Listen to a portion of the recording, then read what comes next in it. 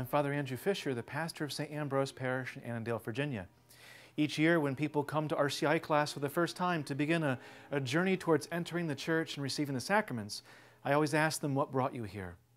Oftentimes people say, well, I read a book or I saw a movie. One person said that they'd always been a Notre Dame football fan and that's what brought them to the Catholic Church.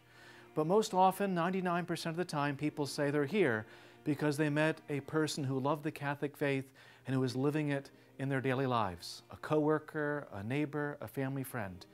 How incredible it is when we live our faith, that example God can use. In the gospel today, we hear Jesus talk about how important it is to put aside all the distractions or the things that could keep us from truly loving Him and being His disciples. And He goes on to say, what a blessing it is when we live our faith as a disciple, how our example can be powerful and important. When we look at the history of the church, when we see a saint, you'll always see how a saint helped to make other saints.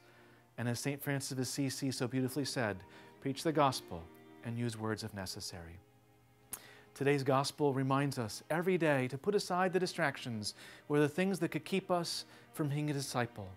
Let us seek God and His kingdom first, so that all things in our life lead us to living the faith and letting God use our joy and our example every day.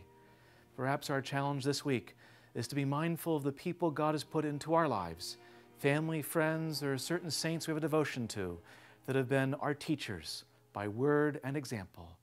May we be always grateful for the people God has put into our life that have pointed us to be good disciples and to live our faith every day. Amen.